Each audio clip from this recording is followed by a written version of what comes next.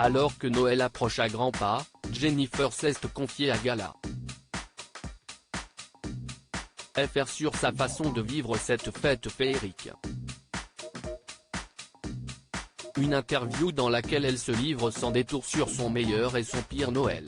Pas franchement glamour. Son dernier disque baptisé N°9 est loin d'être un album de Noël. Pourtant, Jennifer adore cette fête. Une fête qui est aujourd'hui synonyme de plaisir avec ses 3 enfants à qui elle s'adresse dans son dernier opus à travers l'émouvante chanson En attendant.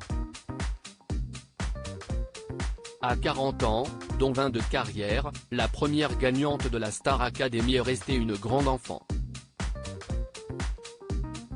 Même si elle préfère faire les cadeaux le 25 au matin en famille, l'artiste avoue en ouvrir un en cachette le 24 au soir. Je n'y résiste pas, concède-t-elle dans une interview spéciale Noël accordée ce jeudi 22 décembre à Gala FR. Cette année, elle devrait recevoir un joli manteau pour accompagner le froid de nos hivers en guise de cadeau. Ce soir de Noël où Jennifer a dû se coucher avant d'ouvrir ses cadeaux, mais le meilleur cadeau qu'elle a reçu, c'est un bijou de sa grand-mère qu'elle chérit encore aujourd'hui. Le pire ? Une intoxication alimentaire le soir de Noël. Je me suis retrouvée au lit avant l'ouverture des cadeaux, se souvient-elle encore. Avant d'ajouter, sincèrement cette intoxication alimentaire, j'en garde un tel mauvais souvenir, que ça restera le pire souvenir de Noël. Un souvenir visiblement impossible à oublier, mais cela ne l'a pas empêché d'aimer Noël pour autant avec la famille et avec les amis et toutes les traditions qui vont avec. Jennifer a encore un souhait qu'elle aimerait réaliser.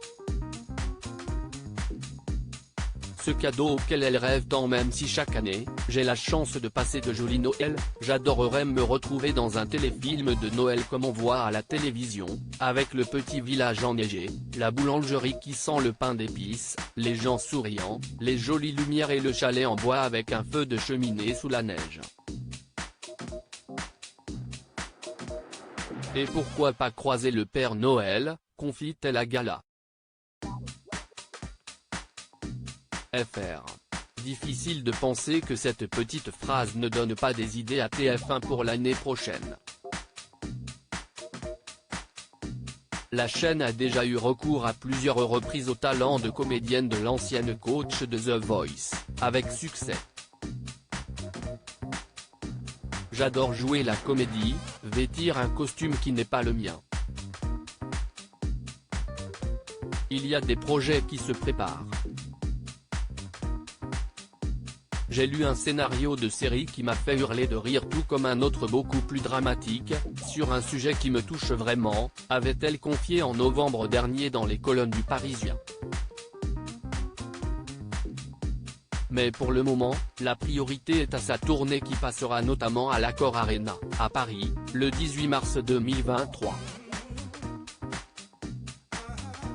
Article écrit en collaboration avec 6 médias, à lire aussi On a tous failli mourir, le tournage d'une émission avec Jennifer et Jarry a viré au cauchemar.